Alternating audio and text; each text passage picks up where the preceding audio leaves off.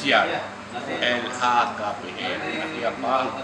Ini ada kawan-kawan yang akan datang menuju calon DPRI atau calon DPR kembali. Ini kita juga harus lakukan kekayaan kita secara jujur kepada KPK.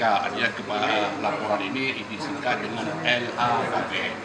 Oleh sebab itu kami sangat terima kasih kepada Ibu Dian yang telah memberikan gambaran-gambaran bagaimana teknis pengisian itu supaya jangan salah. Alhamdulillah kami bersepakat dan semua kawan yang hadir, karena yang hadir hari ini adalah ketua-ketua fraksi, ketua komisi, dan ketua bangga. Maka kita isi bersama-sama, kita lihat bersama-sama kalau hal-hal yang belum memenuhi syarat ini bisa kita koordinasi dengan Pak Edi untuk kita tanyakan hal yang berkenaan bagaimana teknik isi yang baik, apa sesudah kita isi secara benar dan akurat baru kita sampaikan kepada pimpinan KPK di Jakarta. Kami sangat berterima kasih sekali lagi atas pencerahan Ibu Dian tadi. Dan ini bukan bagi kami dalam rangka mengisi LHKPN tadi.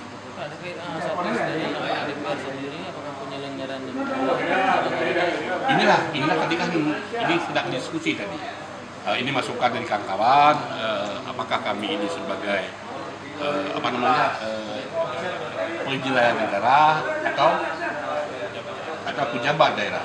Sedang diskusi, masukan dari kawan-kawan yang disampaikan kepada Ibu Dian tadi, dan insya Allah Ibu Dian akan menyampaikan hal nanti kepada pimpinan KPK. Oke, Dina. Pimpinan Dewan DPR. Jadi banyak juga masukan yang kami terima, dan memang tujuan kami di sini adalah dalam rangka sosialisasi peraturan KPK yang baru, peraturan nomor 7 tahun 2016 terkait dengan perubahan mekanisme penyampaian LHKPN dari belangko cetak ke aplikasi di LHKPN itu seperti itu. Bu, terkait masih ada maksudnya terkait ada surat dari DPR sendiri yang udah setahun yang lalu sampai hari ini belum dibalas oleh KPK, mungkin kenapa nih?